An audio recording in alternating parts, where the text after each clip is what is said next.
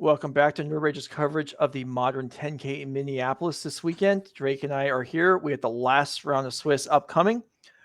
Let me just run through what else you're going to see this weekend. We've got round 8 of the Swiss coming up right now. After that, there's going to be a bit of a longer break while the top 8 players get sorted out, take pictures, and then sit down for the quarterfinals. We're going to watch the quarterfinals tonight. And then tomorrow morning at 9 Central Time, we'll have I think it's 9 Central Time. We'll have the semifinals and then the finals. Around the time the finals are beginning, probably, is also when the Pioneer 5K is going to begin. So once we are complete with the finals, whether it's during round 2, potentially round 3, but probably round 2, we'll start coverage of the Pioneer 5K, and then we'll be here the whole rest of the day running through that. So that's what we've got left for you. At the end of the weekend, 2 more players will lock up slots to the Nerd Rage Championship at the end of the year. Let's go ahead and bring the leaderboard real quick up again, as I think the players are still sitting down and getting ready for round 8. You can see here, Season 2 leaderboard. Jesse Robkin, we saw, was 5-1, I think, after the previous round. I don't know how she did this round. And some of the other players that we've seen on camera today. You've seen Rodney Bedell. I believe we saw Chris Smith, Scott Pulera, and I think we saw Will Kruger also. So plenty of names on the list in attendance here today, trying to move up the leaderboard. But Drake Sasser's here right now. Drake, has anything we've seen today, like what's a deck that appeals to you that we've seen today? What's an interaction? What's something that's just like, you know what? I liked this. I want to play this. I want to watch this. What's something that stood out to you? Well, Joe, it's as on brand as possible for me, Joe. I want to play Teamer Scapeshift. I love that Scapeshift is back. I love the texture of the deck. I love, seeing old favorites like Remand back in play. That's everything I want to do in Modern. I'm normally a Murktide guy. I played some Shadow recently. Teamer Scapeshift has my eye after this weekend. And frankly, with as much diversity as we've seen across, multiple events, not even just here at Minneapolis, we've seen a lot of churn in recent weeks in the Modern metagame, and that's really exciting to me. I think it got pretty stagnant with the all Murktide and all 4-color stuff, and those decks are obviously still prevalent. They're still very powerful and near the top tiers, or if not still the best decks, but we're suddenly seeing decks like the Jeskai Breach starting to take down a lot of events. Jessie Robkin, we've seen her nonstop. She just beats people with the deck. It just never stops. And we're really seeing a lot of different archetypes come about in Modern. And that's really exciting to me. That is when Modern is at its most exciting to me personally. You get to see different strategies and holes in the metagame that can be exploited. Yeah, no, I agree. I mean, what I was looking for was Power Conduit. What is with you in Power Conduit? What happened? Talk to me. Okay, have your Power Conduit moment. What do you need to do with this card? I saw it last month for the first time as not the card, but the actual deck. And then Dominator United came out, and Power Conduit is so cool with sagas because you can take a counter off and then get the trigger again. So, and then with read ahead on the new sagas, you can even skip the early levels if you don't like them. There's so much potential here. Like Power Conduit plus Elder Dragon War, you get a 4/4, and then when it comes into play, you go to chapter 3, and you just roll it back, so it doesn't sacrifice. Next turn, you get another 4/4. You get a 4/4 flyer every turn. That's cool. All right. I mean, I'm here for it. It's cool. Is it good, Joe? In a world of prismatic endings and leyline bindings, is this the most powerful thing we can be doing? I watched it do reasonably well at an event last month, and it was neat. It works with Urza Saga. It works with Yoshin Soldier War, Yoshin War. It works with Fable the Mirror Breaker. I mean, it generates like cool, unique interactions, and I just kind of fell in love with it after watching it play a couple times. All right, Joe. Well, I expect to see you at one of these energies, the closest energy to you. I expect to see you in first place with some take on Power Conduit, and just write up a whole sideboard guide where you get to just talk about your love for that card nonstop. Right, unfortunately, nobody in this match with a Power Conduit in their deck. However, a little bit of a I guess, familiar sight. Some Ancient Stirrings. Got to get those swapped around for Dimitrius, assuming that Dimitrius is actually the one playing the Tron deck. So it looks, so Michael Spartz is the one playing Tron. So the names are with the correct archetype. They're just on the wrong side of the screen. So we'll see if we can get that I straightened see. out. Okay, so Michael Spartz, yeah, good Ancient Stirrings, beautiful Tron deck here. We get to see the Mark Tedden's kind of second take on the Tron lands. Did do the original arts, got to do these cool full art ones for most recent. I think it was like a master set or something, and Expedition map alongside it. So a pretty Tron deck here for Michael Spartz. The 5 color. I said 4 color. 5 color Indomitable Creativity. Or what are we doing here? No, it's 4 color. It's just 4 color blink. You're right. It's just 4 color blink. What? Yeah. Wait, right? Not according to what I'm looking at. I'm looking at. Oh no, is this messed up? Please don't tell me Creativity. It's 4 color. I mean, it has the Planeswalkers and stuff, but it's Fable, Archon, Indomitable Creativity. That's what I'm seeing. Leyline Binding. Okay, there's the Leyline Binding. Okay, yeah. So yeah, we got creativity, 5 color creativity stuff going on, and there is a very telltale card of creativity. Sorry, that is my mistake. As Prismari command is going to take care of the expedition map and most likely make a treasure. A very actual powerful interaction point for Dimitrius here. Not a lot of great ways to interact with the Tron deck, but I do think that is a different Tron land. See the lean forward. Is that Tron? It sure is. That means here comes Karn Liberated to take care of a land. That's rough. We'll see if we can get a bigger dice there. Although that is a well, actually, it looks like a 2, even though it's a 3. Yeah, there we go. That's very readable dice there. Took care of a first land, and of course, this is kind of the power of Tron, able to stymie a lot of the development of the opposing decks as soon as turn 3. Get Karn down, start ticking up, ticking down, doing the things that Karn does. A tried and true strategy for you. What do you think of this matchup? Is this a spot where Tron's just way ahead? I think Tron is probably looking okay. We see here, obviously the Karns are good. Something like Oblivion Stone is good at being able to clean up even post creativity. And there's not likely to be any sort of land destruction. I mean, picking off the expedition map with the Prismari command, unfortunate for Dimitrius that there actually was Tron in hand. Otherwise, that might have been enough to really just, win the game on its own. You're correct, but not able to actually put an Archon into play this turn. The treasure, even if there was a creativity, the treasure not able to actually take care. That is a 2-mana Leyline Binding. Yep, not able to turn into an Archon of Cruelty, as is the combo aspect of this 5-color combo deck. We do see an Archon among other cards in hand. Upkeep. Let's do a little bit of a tap action to get rid of the treasure. Tap a Tron land down. I like this play a lot from Dimitrius. Needs a little bit of time, as here comes Blast Zone. Gonna need to take that up to 6 to take care of Leyline Binding. Yeah, that's gonna be tough to do that. But Oblivion Stone blowing up has gotten even better now because Leyline Binding is going to return Karn Liberated to play. However, if Dimitrius is able to, let's see, there's no, there is a token in play. So barring something like a Warping Wail, which a decent number of Tron decks now actually play main deck. I don't know if Michael Spartz does. He actually does. There's 3 copies main deck. So Warping Wail here would be a great way to surprise Dimitrius Knutson here. Yeah, I like that a lot. It seems like pretty good too. I mean, we just talked about the stock and scape shift and what have you increasing quite dramatically recently. Looks like no Warping Wail in hand at the current time. Now, Archon of Cruelty, normally pretty good to beat most decks. Tron, however, is known for its ability to go over the top of most things in the format. Yeah. So maybe Archon could see some resistance here. As Ugin, I think, among cards in hand. Earlier today, we watched Creativity versus Burn, and felt like one Archon was going to be enough to win almost every time.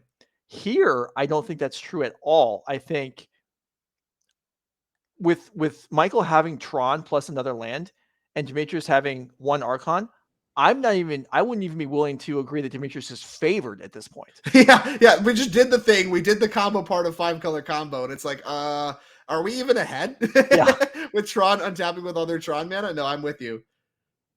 Yeah, things that would be bad news here for Dimitrius include Oblivion Stone, obviously, and Ugin, even though it can't kill the Archon, would kill the Leyline Binding, which would bring back the Karn, which can kill the Archon.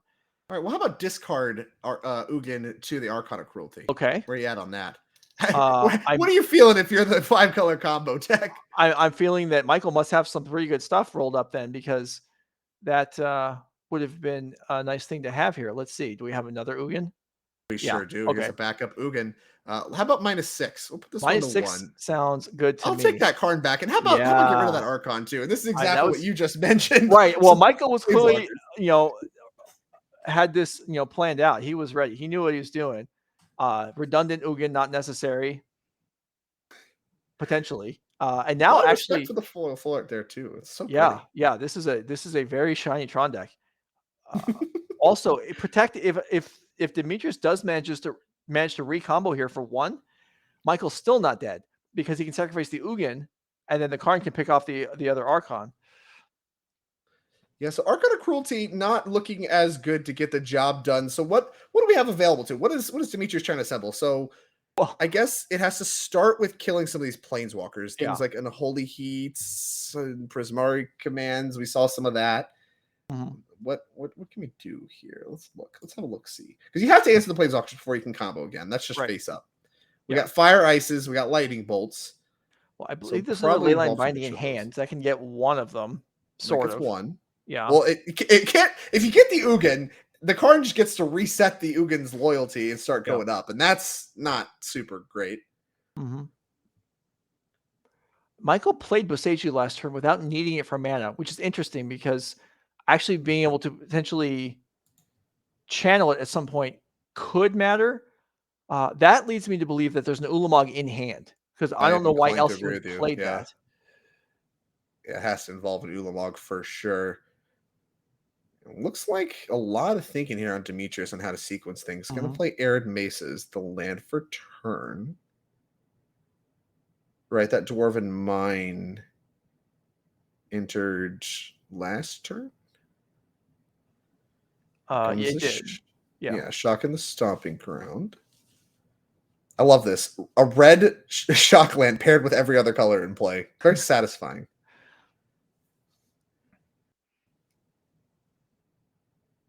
Looks like Fable the Mirror Breaker going to start us off. That's 2 mana left over for Leyline Binding. All right. Well, going to go grab our token here. I think our token is probably going to get knocked out by the Ugin here because the Leyline Binding has. I feel like taking out Karn is a necessity here.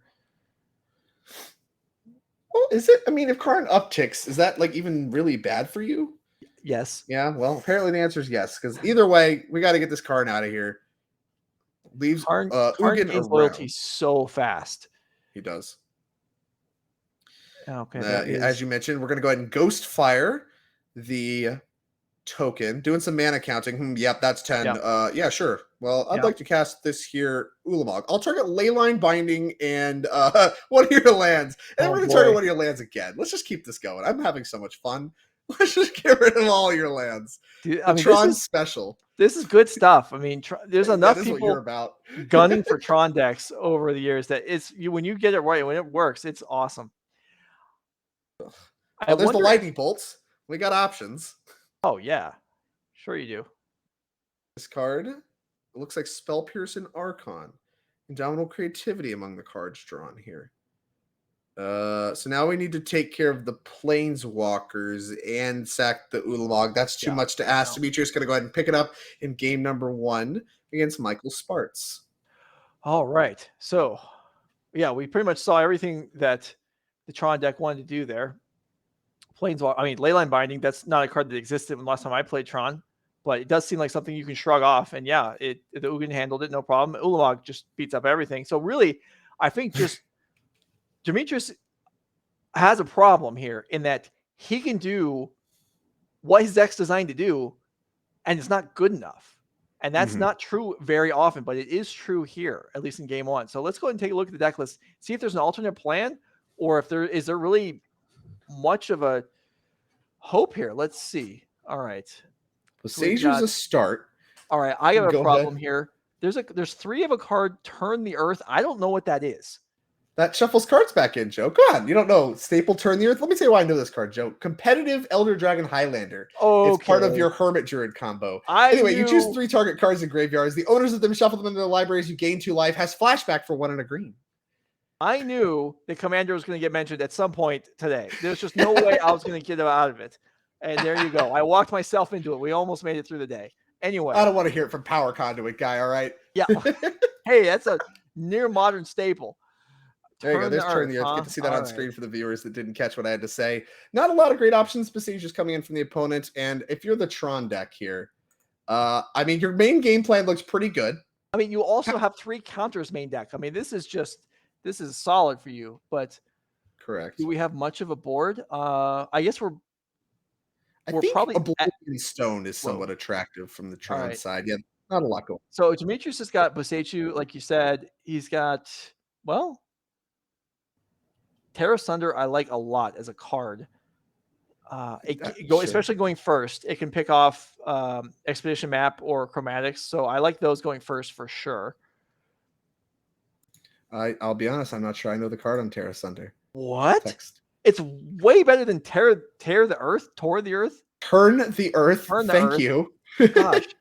Sorry. Terra Sunder is a new card from Dominaria United. 2 mana. It's an exile disenchant. With kicker for 4 mana total, you can exile any non-land. Okay. So you can kill planeswalkers and stuff, but that's not what I'm excited about it for Dimitrius. It's to kill the turn expedition map, kind of like, because right. It is very easy, maybe if not even more likely than not, for Tron to keep a hand that depends on its 1 mana artifact to function. And if you can remove that, they may struggle. Now, that didn't happen in game 1. Expedition Map blew up. It didn't matter. But a lot of the time it will. Yeah, so, and the even catching like a late Oblivion Stone or whatever, like if they're just trying to like be mana efficient the Tron deck, you can kind of catch that. Most good Tron players, that's not really going to happen. You're going to wait till you have the full retail to pay before you put it in play. But the game texture is always very weird, and maybe there's some kind of combination of icing something down to like stop them from paying into having to play it and then blow it up or something that can happen. Not necessarily sure, but either way, it's got to be better than a lot of these, mopey cards that don't really get the job done. So I didn't consider this until right now, but Leyline Binding can also remove the 1 mana artifacts, I guess, because Dimitrius can probably play for 2 on turn 2. That's easily possible. Yeah, I mean, well, okay, not easy, but it definitely could happen. A Triome and a Shockland, that could happen. Sure. Yeah, no, you're right. But either way, I think at the point at which we're discussing, interacting with some of these like smaller artifacts and stuff, Dimitrius in a little bit of trouble here. Both players, obviously 5-1-1, looking to get a win, have a shot in the top 8 here. This is the final round, and Dimitrius down a game, needs some help. 2 Archon of Cruelty is probably not what he's excited to see. We've seen him reach for the library multiple times now. That's not where those are supposed to be. Well, he can put 1 back.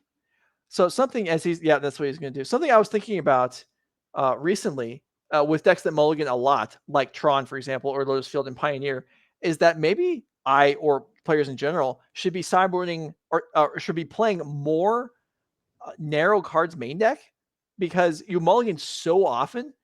When you draw that card and you don't want it, you're just going to put it on the bottom. It doesn't even hurt you. It doesn't even hurt you. What about when you draw it? When you need to draw something with text, Joe? I know. Well, that's obviously the drawback, but the ability to like pre-board sort of in some matchups when in Tron, for example, is your average hand. Your average hand size is 6, maybe. It might be a fraction less than like that. 5.5. Yeah. There you go. So if your redraw has some, random card that you don't need, it doesn't matter. Sure. No, I'm with it. We get to see a turn 1 Ancient Stirrings from our Tron friend here. That one did find a Tron land. 7? Not sure. Didn't get great confirmation there. As here comes Steam Vents. Because I know Dimitrius mulliganed. Dimitrius mulliganed quite low. Here's an ice. Let's ice that down. Thank you. Sure. I love ice in this matchup. There you go. Stop you. I'm willing to go so far as to say that if Michael kept 7, well, let me even rephrase that. If Michael kept a 7 going second, where his first play was Forest, it's a mistake. I think that's unacceptable. Playing Tron deck. Now, I could be proven wrong, or maybe he actually did mulligan, but I just don't think you can keep a hand that doesn't start with a Tron land on 7 cards.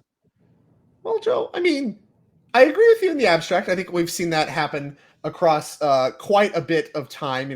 People talk, when they talk about Tron, they talk about how often you mulligan and stuff like that. Yeah. But maybe This matchup is just so lopsided in Michael's favor.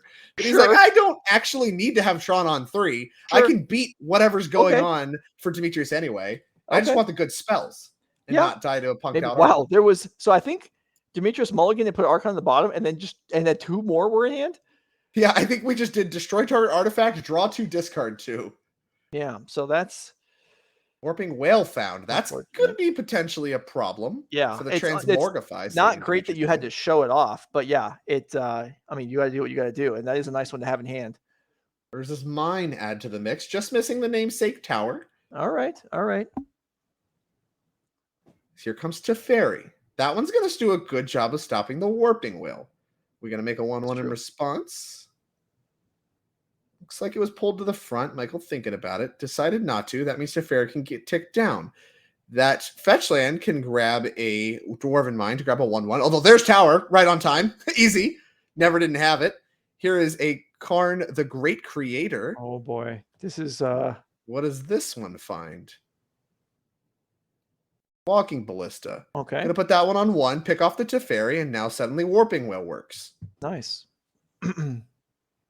Well, there you go. There you have it. Never didn't have it. And then, well, if this survives a turn and is very likely to with Warping Wail available, Dimitrius is going to have to deal with, I don't know what kind of nonsense Michael's got in the sideboard here, but I mean, Sundering Titan. Imagine a bunch of mana and an artifact has to be pretty good.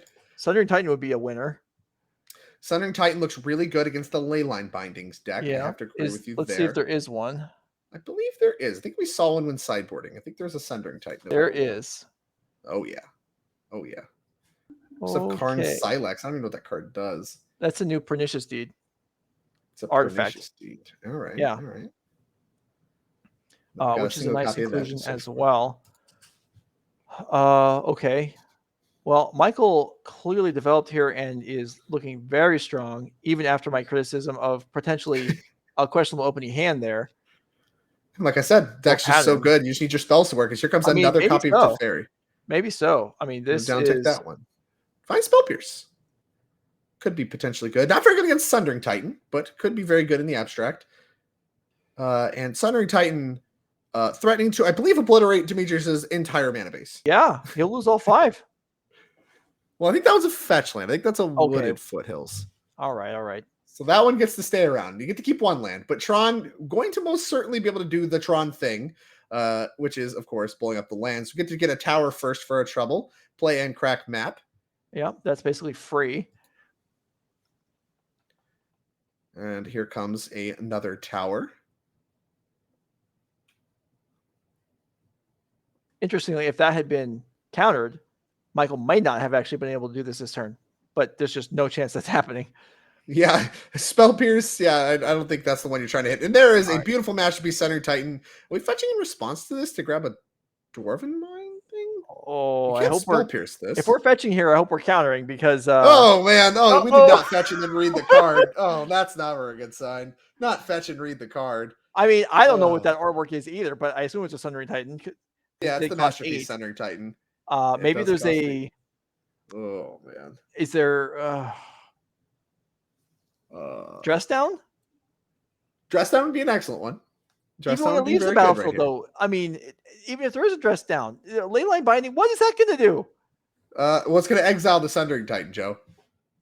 Okay. Just picks them all up. Yeah, let me see. That has land types. That has land types. I'll take the lot. Harry Potter quote. I'll take the lot.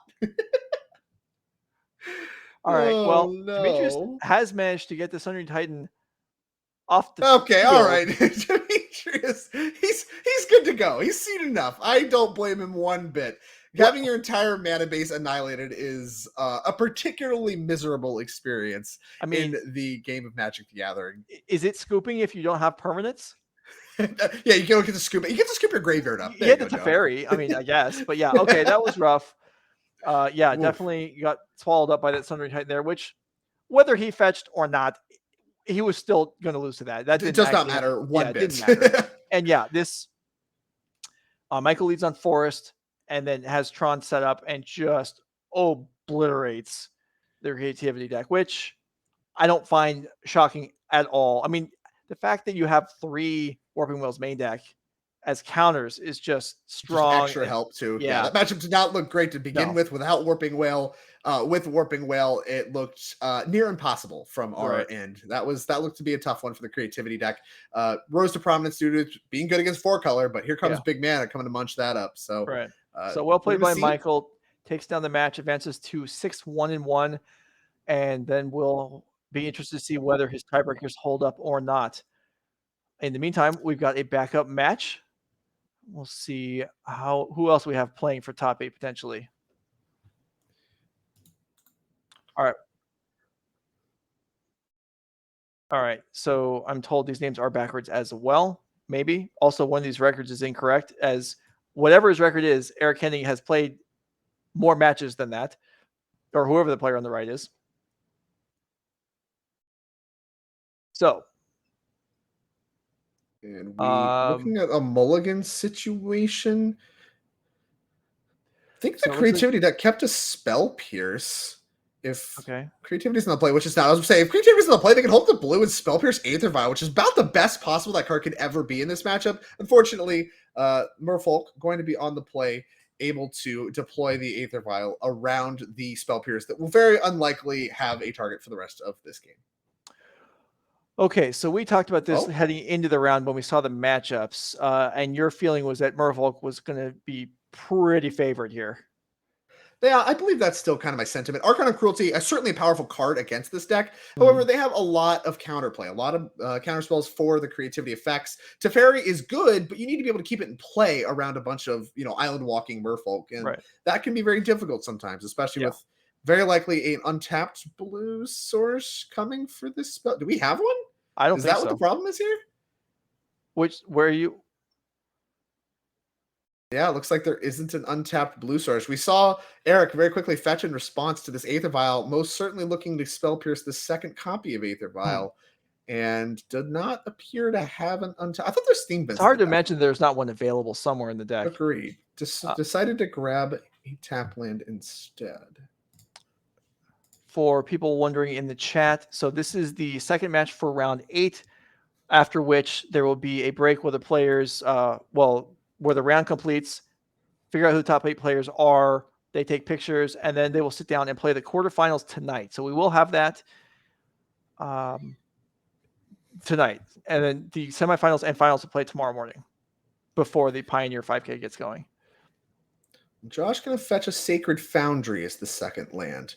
No second land at all for Eric, but that's exactly where you want to be when you're sitting on a pile of Aether Vials. Right, exactly. Yeah, you don't want to waste. I mean, free spells from free spells and Merfolk. That's all you need. No more lands. If you do draw one, maybe it's a Mutavault.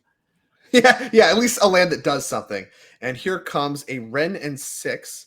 All right. New artwork for it. Going to go ahead and tick up, grab an Arid Mesa out of the graveyard. Not as good here as it is against goblins, but still might find usefulness. Here's a Tide Shaper on Instep. Don't need to kick that one. I believe there's already an island in play as we roll up the first Aether Vial and the second Aether Vial.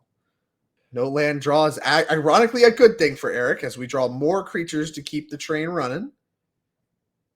Now we got to deploy a Lord here or else the down tick can come across and take care of the Tide Shaper. Don't have to do it now. Can maybe try to bait it out. All right, we do have the names correctly identifying which player is which now. Excellent. And here comes an attack at Wrenn and Six. But, the record is still... Eric Hennig, I believe, is 5-2 as well. Good.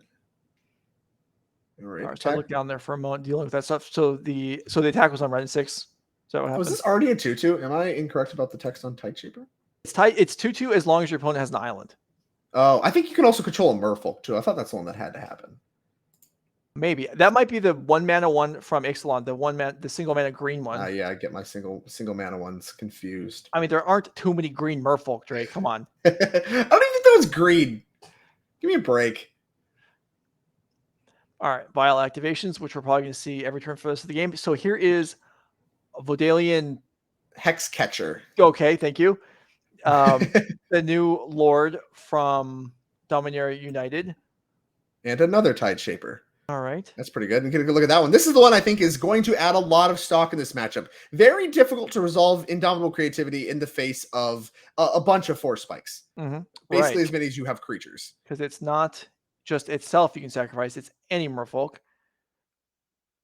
We're casting a spell here. We're going to kick this here Tide Shaper. Okay, that's nice. Try to make another island. Make it harder for Dwarven Mind to make a token. Well, I don't know if it makes it only an island, but we did hit the triome either way. Okay, I'm not sure about that. Let me see if I can find. It probably does, right? Like that's how Spreading Seas works. I'm willing to buy it. Yeah, I think that's what they're getting confirmation on too here. As the all right, let's bring up Tide Shaper on screen. Oh, I don't believe. I love it. I love this so much. We have hardcover sleeved islands to turn it into. I love this. Perfect. Yeah, it does work the same as Spreading Seas, it appears. And we're going to have, and we put a little counter to annotate which one is turning the triome into the island, as here comes a big attack and a little fetch in response. Bam, look at that. Target land becomes an island. It is an island for as long as Tide Shaper remains on the battlefield. There's no in addition to other types, which means that thing only taps 4 blue. Right. So, facing some pressure here. Joshua. Looks like Xander's Lounge picked up. Okay. That's Grixis? Grixis. I played a lot of limited in this set, and I know that Lord Xandar is the Grixis Overlord guy who was basically unplayable. Even yeah, he's a lot of mana. Even in limited, it's bad. Yeah, it was big and scary for Commander. There's a lot of talk about that card for Commander. I did it twice. Joe, you just alley-oop me, man. You just throw it up for me to dunk. Here comes Leyline Binding, gonna eat one of the Tide Shapers. No, just kidding. Yeah, it's gonna get sacrificed. The Tide Shaper attacking is gonna get sacrificed and counter this here Leyline Binding. And before damage, how about another Lord? There you go. There's a bunch of damage. Yeah, there had to be a reason why this non-lethal attack on Wrenn and Six was happening, and there's your answer. Master of the Pearl Trident's going to finish it off. And Joshua there's two sitting here with, well, you can't Dwarven Mind out a token without... None of your cards work. Everything can get countered by sacrificing a Tide Shaper.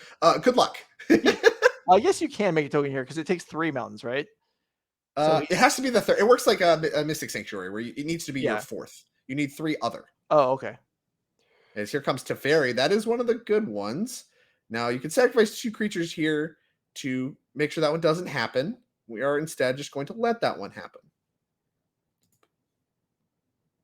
Why is his land a top loader? That one became an island due to Tide Shaper. It wasn't already lethal. Okay, yeah, I missed that because it's a 2/2 because of the island. Because of the presence of island. So it was actually 4 coming through. Okay. And Tide Shaper... that one's going to get bounced, and that's going to turn off the island effect on the triome, which is going to allow a Dwarven Mind to enter. That's something you called out as being potentially very important. Yeah, it doesn't mean that Joshua's going to have a bunch of extra mana. And yeah, normally you'd think Teferi can protect your spells from counters. Not the case here. Yeah, it's a sacrifice ability, not a spell being cast. Another big advantage to this new powerful Merfolk Lord, Frigid and Dominaria United. Here we see the Dwarven Mind entering play. That one's going to make a 1/1 dwarf. All right, so is there a potential lethal attack next turn? It looks somewhat unlikely. I don't think there's too many cards in Eric's hand. And the Master itself can't get blocked by the token. Although I guess even if Joshua has to block, that's already kind of a victory for Eric. Oh, yeah, for sure. Well, plus, I mean, any Lord, I think, well, this Lightning Bolt changes that math quite a bit. We'll see if we want to sacrifice the Tide Shaper, which does remove some of the power. And we are going to go ahead and sacrifice the Tide Shaper, counter that Lightning Bolt. But now the Lord's only really pumping each other. So you're looking at a 2/2 and a 3/3. Not as exciting as the huge swing we saw last turn. As Cavernous Souls is not the pickup we're looking for. No, it sure isn't. Boy, I felt like we were coasting along here with Eric Henning looking strong to win this game, and I'm not sure that's the case anymore. I mean, if he counters a Transmogrify or Creativity, that's going to cost a lot of his board. That's very true. And, we now only have one attacker that can be unblocked. The Master of the Pearl Trident does not give itself Island Walk, and I believe the new Lord also does not give Island Walk. So this Master of the Pearl Trident does attack for 3, but And you do want to attack with it, but it is able to be blocked. I can't imagine we're going to be blocking it. We're thinking about it. Still very I precarious wouldn't think spot. you would block here, but we'll see. Yeah, okay. Teferi dies. Joshua will take 3. And then Archon is still looking pretty good here if Joshua can manage to get one into play. I'm not sure that he can.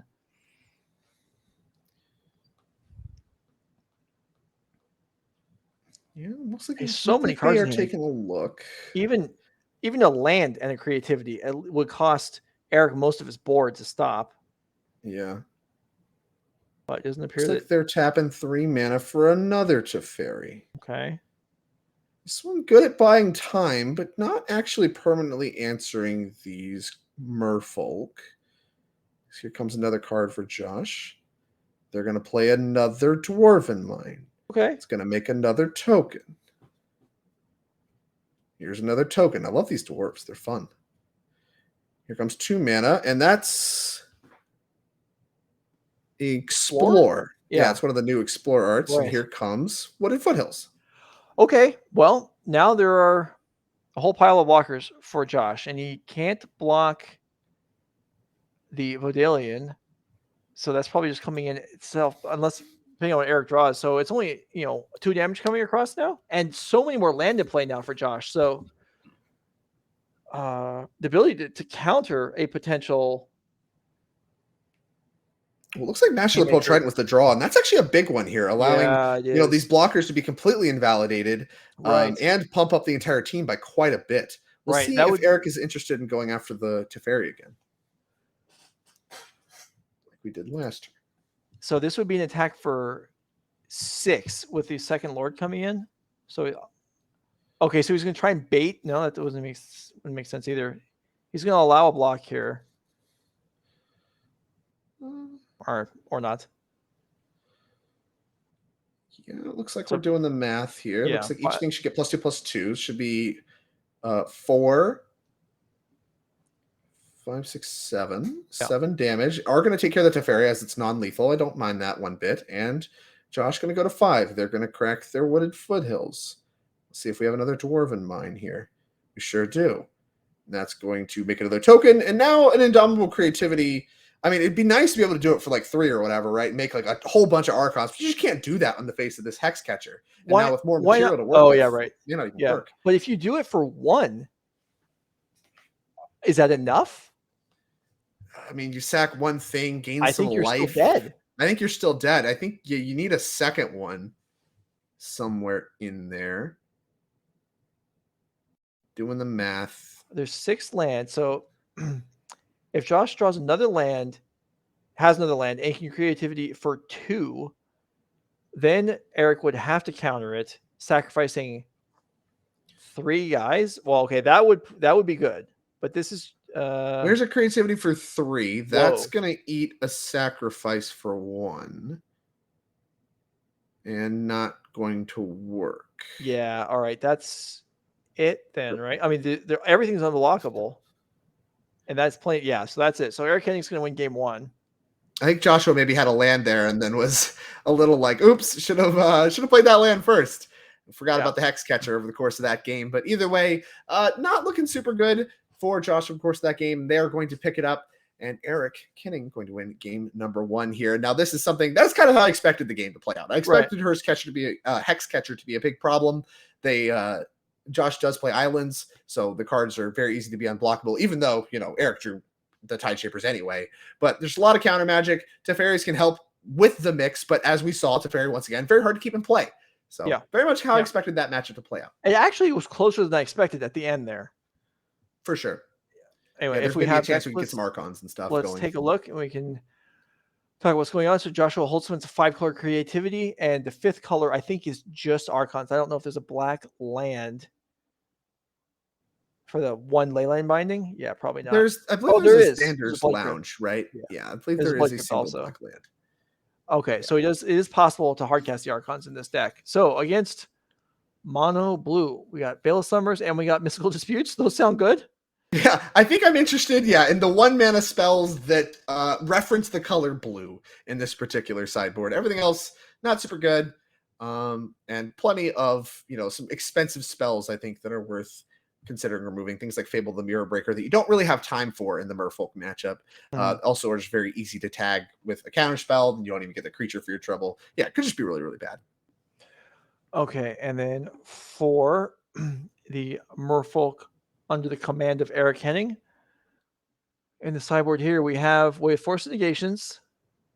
That looks like a good one to me. Grafdigger's Cage. Is that going to stop Archons coming into play? I believe it would. I think it does. Yeah, I believe it does. Yeah. Grafdigger's Cage is an interesting one for sure.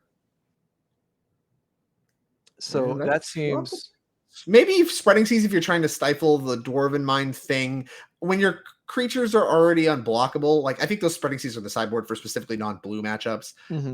So I personally am only interested in the Force of Negations and the Grafdigger's Cage, and we can maybe remove some of the wackier creature-based merfolk, things like Tricksters and what have you. Or maybe even the Subtleties. I mean, I don't think much is getting hardcast in this matchup. I think Subtlety is a flyer, but when everything has evasion anyway, I don't know that flying matters too much. So yeah, Tide Shapers maybe.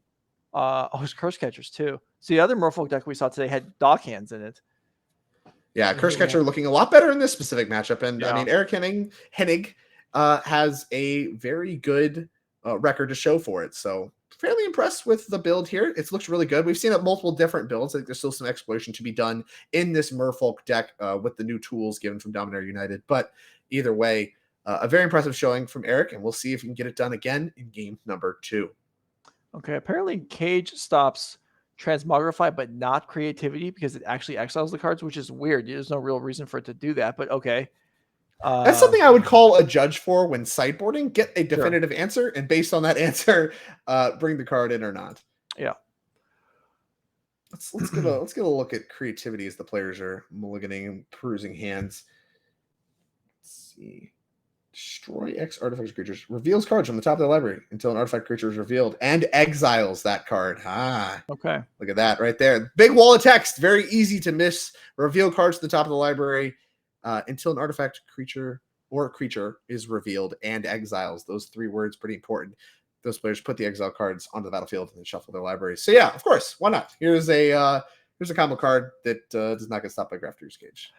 All right, so chat talking still about how the end of the last game played out. So if Joshua had a land, played Creativity for 2 with 2 mana available, and Eric would have been forced to sacrifice 3 creatures, that doesn't win the game. It probably means Eric is stuck with just 1 Lord, which doesn't give itself Island Walk, and Josh has the 3 tokens, and the game just continues on from there.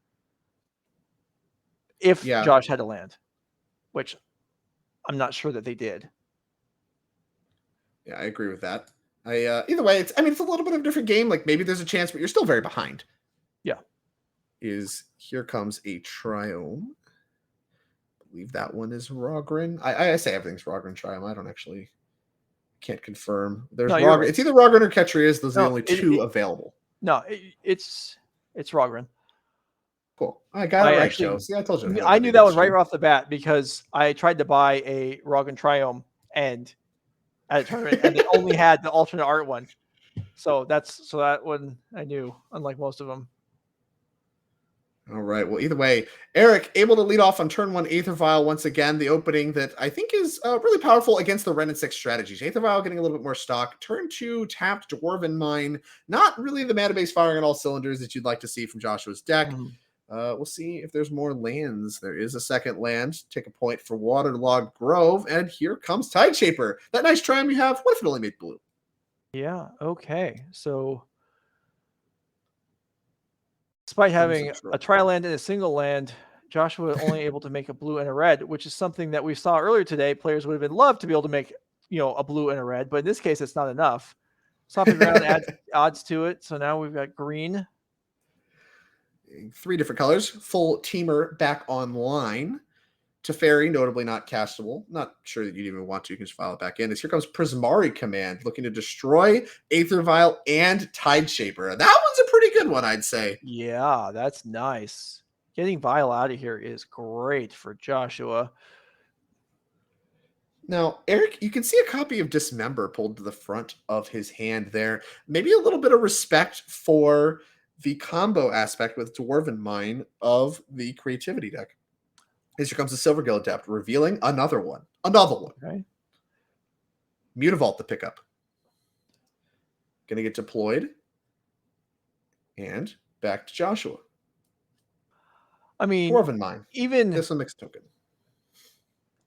Silvergill Adept being a cantrip, like that's great. Whoa! Wow! Joshua's not wasting any time this here. Dismember is about to look pretty good, I think. Is there a Dismember? Well, there is. I don't know what that black card is. If it's no, not I think you're right. What happened? Not entirely Joshua's sure. going to be very happy with the Archon that they're able to put into play this turn. Whether Eric was able to do something about it or not. Well, okay. Let's just hope that you're wrong, Drake. Or maybe Eric is letting us celebrate the day and wants us to have another game of Magic. I think that must be it. Eric's like, I'm so ahead here. I don't boy, need that to sure guess looks like Dismember. a Dismember. It's definitely black. I don't know whether black cards exist. Heavily maybe altered. We're going to Dismember. Oh, we're animating the Mutavault and sacrificing it. I mean, to start. Sure. I'm going to need to find a second Dismember if we want to take care of this Archon, as Glasspool Mimic going to hit the graveyard. Well, that's kind of inexplicable unless as chat is talking about, I mean, maybe Eric doesn't realize that he can counter the creativity by removing the target.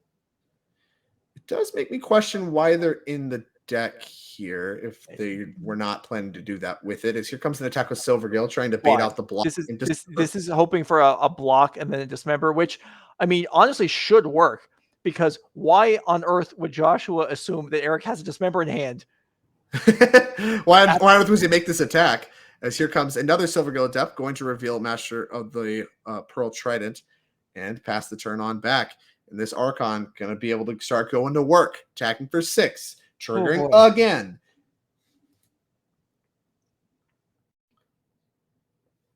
Well, Joshua may not need to do much else to win this game. I'm inclined to agree with you. As the Hexcatcher they have built going to hit quite a big advantage here with just the Archon. And this is like in Legacy Reanimator from years ago with Gristlebrand. You don't have to do anything. Just attack with Gristlebrand every turn. That might be enough. Well, how about Wrenn and Six to pick off the extra Silvergill Adept? I suppose. If might as well is that good? And yeah, so Joshua, they're going to win game number 2 with a powerful turn 4 Archon. Maybe there's some things that could have been done about it. Maybe not. Leave that up to speculation. But we do not actually have game 3.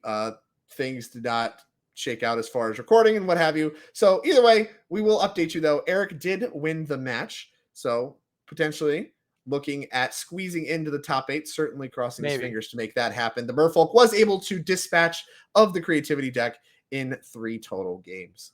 Yeah, so apologies for that. But